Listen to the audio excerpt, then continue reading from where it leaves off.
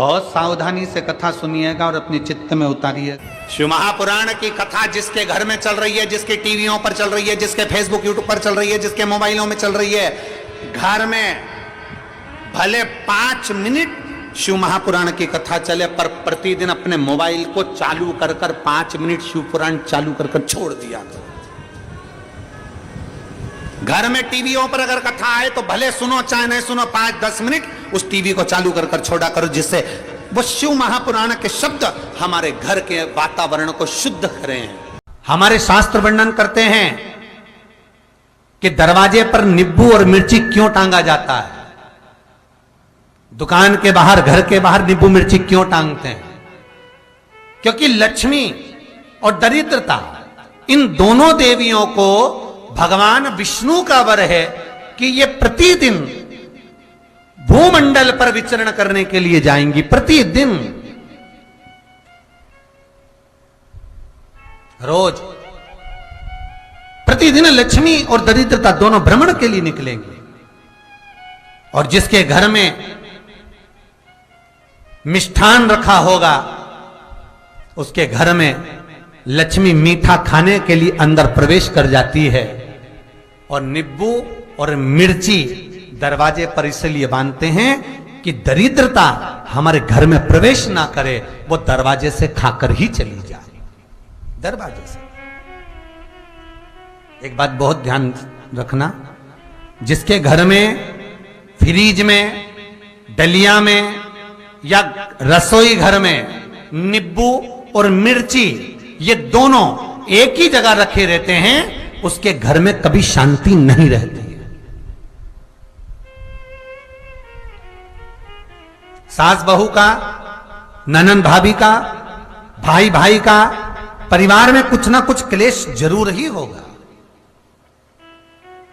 4 दिन अगर अच्छे निकल गए तो 5वें दिन क्लेश का जाएगा, 5 दिन अच्छे निकल गए 6ठा दिन क्लेश का जाएगा।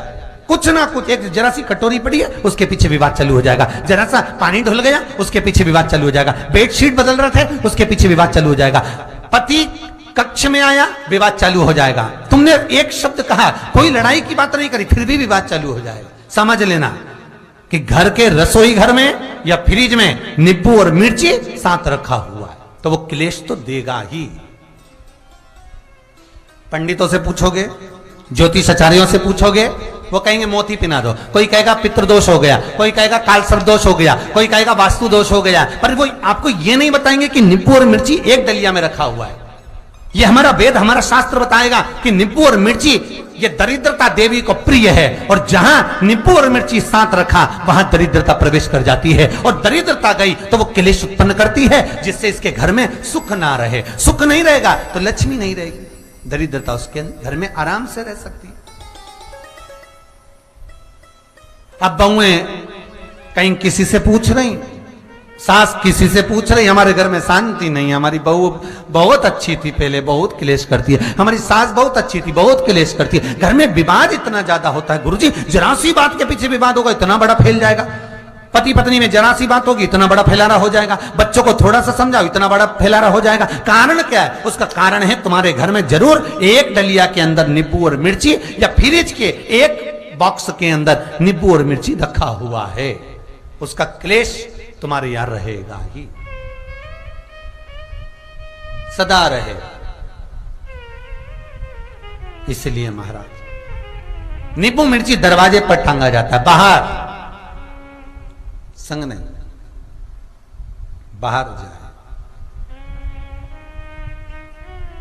एक बात बहुत सुंदर है,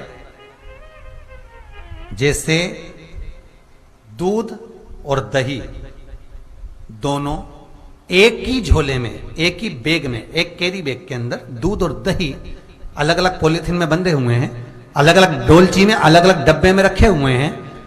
एक व्यक्ति एक ही बैग के अंदर दूध और दही ये दोनों चीज अगर लेकर घर के अंदर आता है तो उसके घर में संपदा की तो कमी आती ही है, उसके घर में संपदा टिकती नहीं है।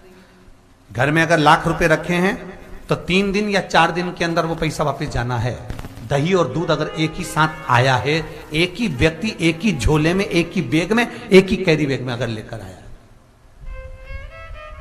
उसी तरह नींबू और मिर्ची का भी क्रम है महाराज। कई कई सब्जी वाले उसको एक साथ बांध देते, नहीं नहीं, नींबू भले अलग बैग में डाल लो, पन्नी में अलग बांध कर या झोले में अलग बांध कर मिर्ची रख लो, वो चल जाएगा, पर एक साथ अलग हो महाराज। मेरे को मालूम है दरिद्रता कि तेरे को खट्टा और तीखा पसंद है, इसीलिए महाराज हमारे हिंदू धर्म में बेटी की विदाई में 4 चीजें नहीं दी जाती। बेटी की विदाई में 4 चीजें नहीं देते। पहली झाड़ू, दूसरी सुई, तीसरी चलनी और चौथा अचार की बरनी। ये बेटी के कन्यादान में, बेटी की विदाई में नहीं देते।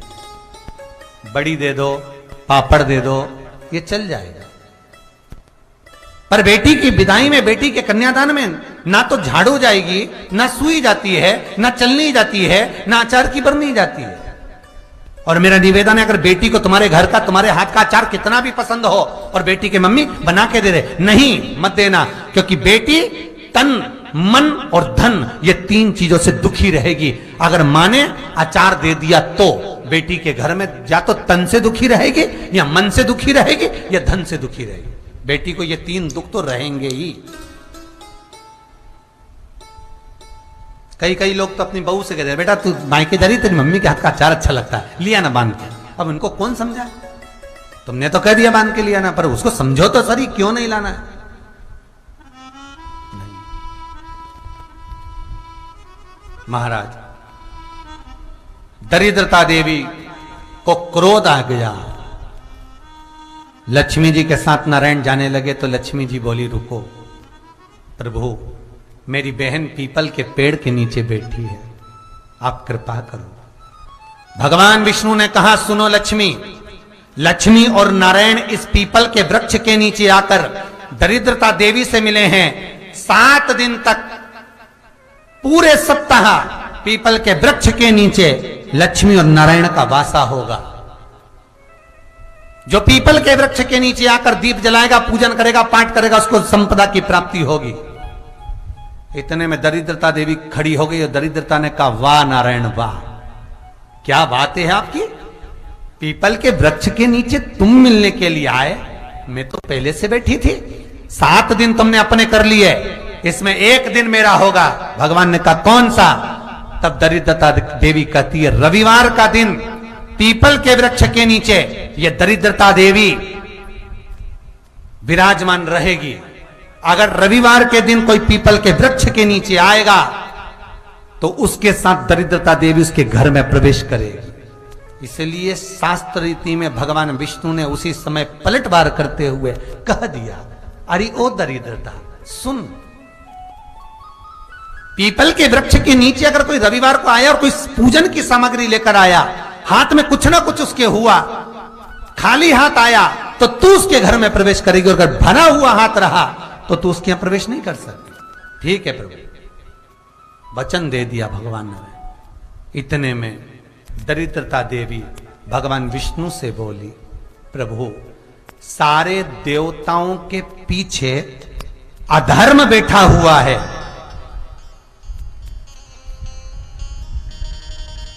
सारे देवताओं के पीछे अधर्म बैठा हुआ है, दुख और दरिद्रता कहां जाकर बैठे हैं, आप स्थान बता दीजिए।